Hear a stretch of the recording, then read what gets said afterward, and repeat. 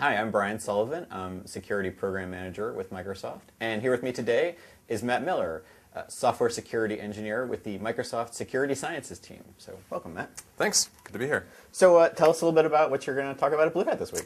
All right, so I'm going to be talking about mitigations, countermeasures to exploitation, sort of talking about what they are, what problem they're solving, how they've evolved, and a glimpse into what we might expect to see in the future. Awesome. So like mitigations and exploits is like pretty broad topic. Is like something specific within that? So I'm basically going to be covering the evolution of Microsoft's mitigations. So I'm going to start with GS and talk about things like DEP, ASLR, a couple of the other types of mitigations out there in terms of, here's the way that people exploit vulnerabilities, and here's how each of these mitigations actually work, how they act as countermeasures. Well, for people who might not know, just give us like a little bit of background on GS and DEP and ASLR. Sure. So GS, DEP, ASLR, these are all different technologies that are designed to counter techniques that people use to exploit software vulnerabilities. So GS, or guard stack, is basically a compiler technology that tries to prevent people from being able to do traditional exploitation techniques like return address overwrite, a couple other things like that. DEP is sort of analogous with hardware enforced non-executable pages in its most advanced mode. So that tries to prevent attackers from being able to execute code if they inject it into the process. Okay. And ASLR, it's easiest to think about that as sort of shifting things around in memory so that even if an attacker is able to exploit a vulnerability, they can't make assumptions about where things are located in the address space. Okay, so it makes it much more difficult for them to... Right, exactly. Probably the best way to think about mitigations is they're trying to reduce the probability of a successful exploitation attempt to as close to zero as possible. So they can do that by either preventing an exploitation technique or just reducing the reliability of it altogether. So that's sort of what all these different mitigation techniques try to do. Excellent. So if I'm a developer like watching this, what can I do to use GS? What can I use to use ASLR? Right. So there are various flags that have been introduced into the compiler and the linker to sort of indicate that the executable is opted in to support these features. So for GS, there's the /GS switch that you pass to the compiler. And on the linker side, there's /safeSEH, /dynamic base, /nx compat. All these are different flags that basically tell the operating system that, hey, I'm compatible with these features. Please turn them on for me so that I can take advantage of them. Okay.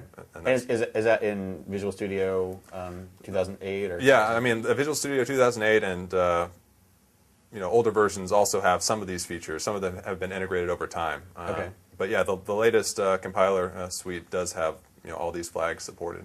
Great. And then, so which operating system supported too? So in terms of operating system support, Vista was the first operating system to introduce support for ASLR. XPSP2 and above have support for DEP and some, like for instance, the operating systems compiled with GS and all of those sort of enhancements.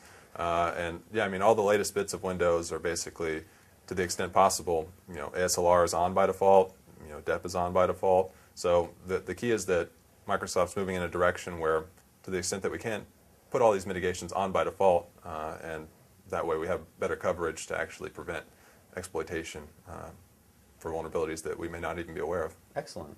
So are there really any downsides to doing this, or any times when you can't or shouldn't do it? So there are potential compatibility issues with some of these things, and that's why a lot of these features have been made opt-in features, because developers in the past have made assumptions about being able to execute code, dynamic code from memory that they wouldn't normally be able to execute from now that DEP exists.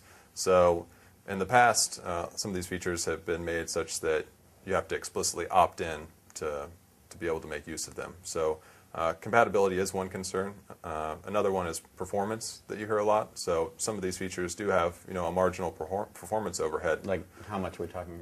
I mean, it's very minimal in most cases. It just depends. Like for instance, GS.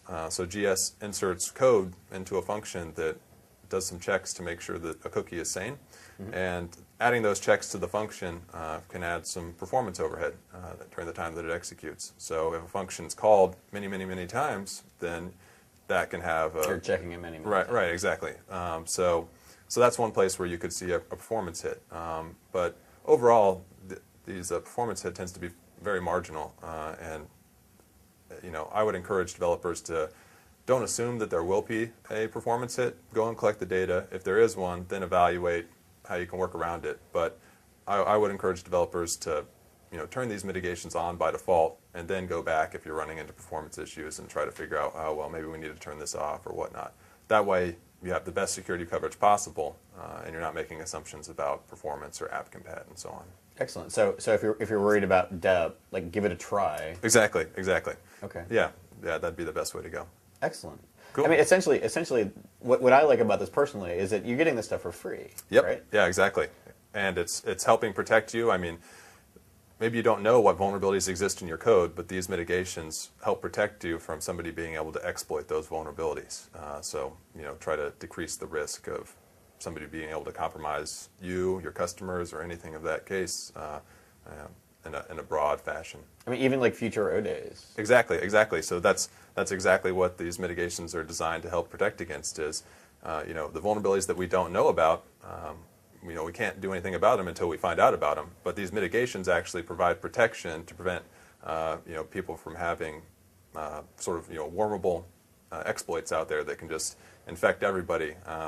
By having these mitigations, we can either prevent them altogether, or we can at least reduce their reliability so that only 1 in 256 people are infected instead of all of those people, for example. Well, that's a good start. Yeah. And again, anything you get for free is fantastic. Yeah, exactly.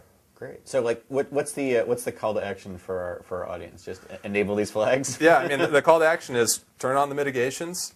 If you do run into performance issues or compat issues, evaluate them at that point. Collect the data, and determine, oh yes, this is because of this mitigation. Here's the workaround that we need to do to get past that. But don't make assumptions that, oh well, this could have an app compat or performance hit. Go and actually do the testing, because the value that these mitigations add is so great that you should just enable them. I totally agree.